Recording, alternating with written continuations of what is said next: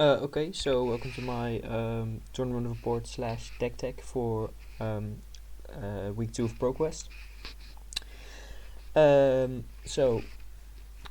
went 5-1 in Swiss and I was playing Kano, and I'm making this video right now because I have some interesting tech to use against Prism to make the matchup a bit better. I went 5-1 in Swiss and I placed in second overall, losing the finals. Did still get an invite to Pro Tour Amsterdam because my opponent in the finals already had an invite, which was pretty cool. Now, let's get into the tournament report. First round in Swiss, went against KO. Pretty clean win, if I do say so myself. Stacked him using Balance of Justice. He managed to play 1 Blood Rush Bellow and 3 Cast Bones. 2 of his Cast Bones whiffed. One hit for 5 and one hit for 4. The other one did hit for 6. And his Blood Rush Bellow turn wasn't like the greatest. I believe he only went 2 links wide. So I managed to stack him pretty comfortably. Second match against AB2 Prism. This was a W. The reason for that, this normally, like AB2 Prism, normally speaking, is like 5% matchup for Kano, but with sideboard slots I have right now, I'd say it's probably slightly favored for Kano. Using my strategy, also depending on the skill level of your opponent and also what they're actually boarding into you. I think that if they are boarding correctly for a tempo Kano, this should be maybe 70%. With my strategy, if they are boarding in a different way, it could be anywhere from, I don't know, unfavored to 70% or something. I don't think it ever goes above 70% because the chance of you breaking or whatever is too high for it to actually be like an auto win matchup like most stack matchups are. AB1 Prism, this was a loss. I'll get into that later a bit deeper when I go into the deck tech actually, but didn't bring Waning Moon to this event, and my strategy doesn't really work against AB1 Prism, so I decided to play tempo with Crucible against my opponent here. This was probably a mistake. I think I had a better chance of winning if I did implement my new tech, but that was hard to say because I hadn't actually tested into AB1 Prism before, and I thought it was just basically an auto loss, which turns out it wasn't, because in the finals I did implement my tech and it actually went pretty well. It was a pretty close game. I missed here. I faced another Victor here. Fourth round against Victor. This was a win. Pretty handily stacked him. He was on AB2, I think. Which, I mean, probably don't want to board in more than probably don't want to run more than 2 ABS Victor because Kano is an all loss anyway. Gatsu, this was a win. My opponent was on AB2 Spellvoid 1. By the time they hit their combo turn, I already found mine. So I managed to I also managed to block pretty well the few turns before that, so I managed to just basically take his entire combo, and then just when he presented lethal, he only had 1 floating and the spell void, and he was on, I believe, 28, so I comboed him with a weird line. I think it was Wildfire, Chain Lightning, another Wildfire, and then Voltic Bolt, blue. Last Victor was also a win, same Victor as I played here, first round top 8, which was pretty unlucky for him, since I can't really remember the last time I actually lost that game against a Victor. Top 8, another Victor, god damn it, another Victor win. This one was pretty spooky because the last hand I drew was actually 3 non-blocks, and Tome of Aetherwind, and I only had 2 E-pots out and Deja Vu pot, so I drew, my last hand was Eye of Ophidia, Energy Potion, Deja Vu pot, and Tome of Aetherwind. I wasn't quite at stack yet, but I managed to get there because of the opt for the eye and drawing from Tome and stuff, and I believe there was also another Tome of Finder in my deck. and he presented lethal, which I couldn't actually fully block out because I was 7, and he presented spinal crush, and I only could block 2. Katsu was also a win. This was very close to this game here. Yeah, basically I got like a deja vu pot out very early, which I think is very, very crucial in this match, since it allows for you to do more unorthodox combo lines, which, I mean, it's necessary against these aggro matchups. I went first and I comboed on turn 3, so that was pretty cool. And then last round against AB1 Prism, I lost again.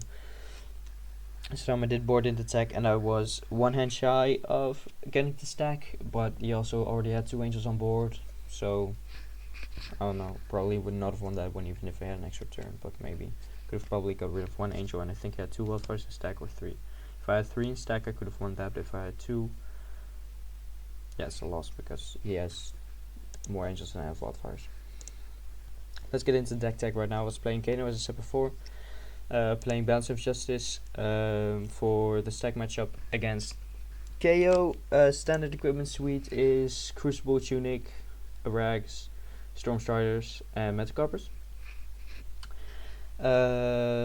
Like these 3 never come out because they're just the best slots. I'm not running Threadbare anymore because very rarely do you actually need it. It's pretty good if you're playing tempo against Prism, but I'm not really planning on doing that with this list.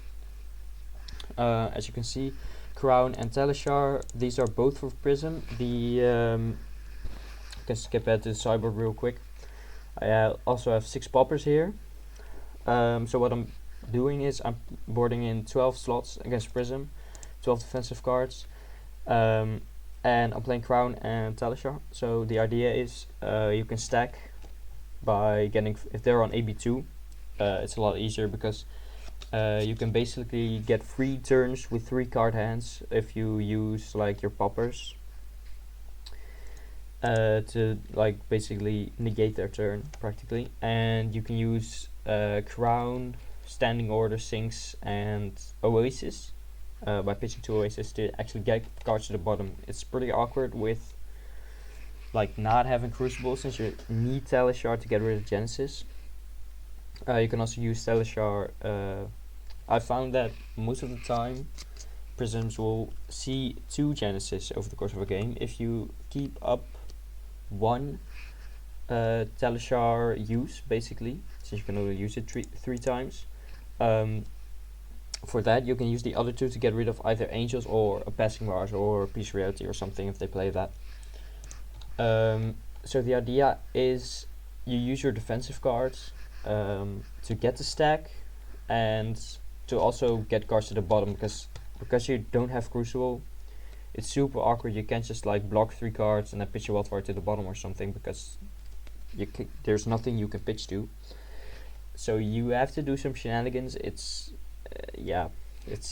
pretty difficult. Also, once you get close to stack, you have to really make sure they don't get like 2 angels out already or something and have a card install, because you really need 1 more wildfire than they have angels. I found that it's actually most of the time pretty easy to, so you can actually get them to only have 1 angel, or no, you can have, it's pretty easy to get them to have no angels going into your combo turn, which means the double wildfire is enough since they can only flip once from Prism.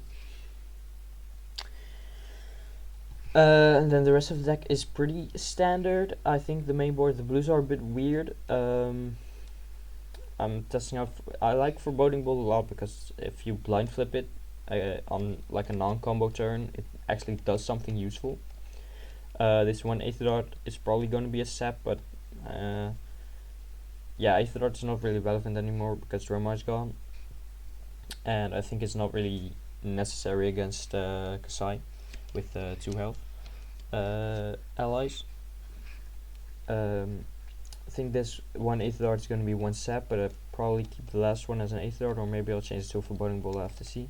Only 2 costs I'm running right now is Voltic Bolt, because Spindle and Scolding are less relevant right now because Dromai is out of the meta, and she was really the only deck left basically where you would realistically get to a post combo game, and 2 cost blues are most relevant in post combo games, or in just in aggro matchups where like you have to blind flip and you hit like Emeritus is like really bad everywhere outside of a post combo game, and Spindle is like okay if you have like flare and 2 blues and you Kano flare and then they take the flare, or you Kano into the Spindle, they take the flare and they take the Spindle for 5, then it's like decent because you did 8 damage of 3 cards and you opt 5. Still not really like ideal. You'd rather hit just like it, because if you hit like quickening, you can first of all you can do 1 more damage because you can crucible half flare, but also quickening is just a lot more relevant, or scalding rain. Like these are the best, honestly. These are the best blues, but it's a lot easier to like combo with like an Aether Arc or Proc because they cost 0, so you just have more resources. Scour primarily used against KO. I have it in mainboard because there are a lot of decks where you can like incidentally hit an aura if you need to combo off. But I didn't really have sideboard slots for Scour, and I was like, well, I can run 2 in the mainboard because why not? I mean, the reason why not is because you can whiff on a combo turn, but I haven't, so it's staying in the game. Against my KO game, against this KO, oh, this is the only KO played. This KO, I actually managed to hit both Scours against an agility, which was pretty cool.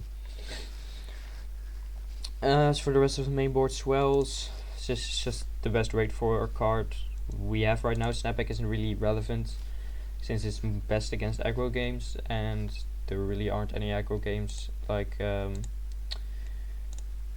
against Katsu. Maybe you like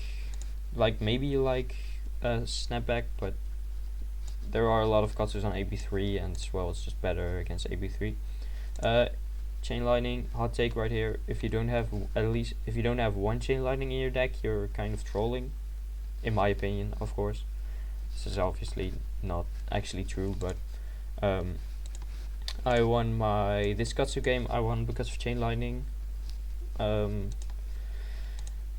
But it's hard to say what would have happened if I didn't have the Chain Lightning, so I don't know if I would have lost. Let's see.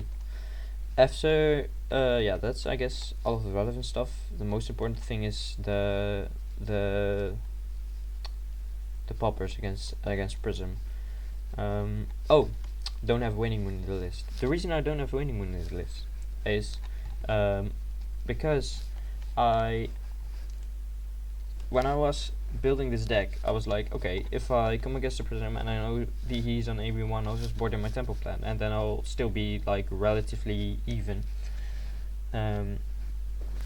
But then when I was actually like building the deck I wanted to use at the ProQuest, I completely forgot that I need Waning Moon to do that. So it's so like I put in 1 Fate Foreseen, but like if I would build the deck right now, I would just take out the Fate Foreseen and I would play Waning Moon. Also, I'm going to be testing 2 Aether Quickenings red instead of Swell, because I think most of the time 1 damage isn't really going to matter in that case, and Aether Quickening also prompts a block a lot more. If you like keep a 3-card hand and they take 5 and then you send a Blazing and they take another 5, that's pretty bad for them. But like they don't know what you have in hand, so it could also just be like a Spindle or something, and you can just arsenal the Spindle after if they do block it, and if they don't block it, then you just did 5 damage, which is also pretty good. Yeah, I think that about covers it for this video right here. I think what I am going to do is probably coming week somewhere, I'm probably going to post a gameplay video against AB2 Prism. But I don't really have a testing partner for that right now. Oh, I should also change the blue situation, but that doesn't. No, I'm not going to do now video. I didn't do that before, but I take out the Aether Darts, probably add in a Foreboding Bolt and a Sap. And also I'm probably going to be testing Blue Reverberate somewhere. I don't know what exactly I'm taking out for it, but probably something. Yeah, that's basically the entire deck and the game profile. Um, the tournament went really well. I don't think I really made a mistake anywhere apart from not bringing Waning Moon. I probably made some mistakes in this game because the matchup is just really, really difficult and hard to understand. Like this plan, I can talk about it a bit more. In testing, it's so insanely hard to actually pull it off. You like the first 5 games of testing. I didn't actually run standing order. I ran 3 raging and 3 finals fighting spirit. It's so hard because you need to find these ways to actually get cards to the bottom of the deck and also just not die. So most of the time, like for example Herald of Erudition, if you don't have a way to cleanly block out Herald of Erudition, just don't block Herald of Erudition, because you need to block like the other heralds to prevent the Prism from getting stolen stuff. That's like something I found out like after 3 games of testing. I was like, well, I can't. You can't just block. You can block Erudition if you don't have a popper or a D-react or something. Also, don't be afraid to give up Tunic. If you have if you draw a D-react and 3 blocks or something, and your opponent hits you with an Erudition, most of the time I would just block for Tunic and sing Blow. Or Oasis, I guess. Because it's really hard. It really depends on your stack and the situation and stuff. But if you have 2 tomes already in stack and a wildfire in hand or something, and you can do something with that to get it to the bottom, or an arsenal if you're close to stack, I'd probably do that. The standing orders really help. It's a 6 power popper, which hurts, and it also isn't always a popper, which also really hurts. It may not be necessary if you're actually really good at the matchup.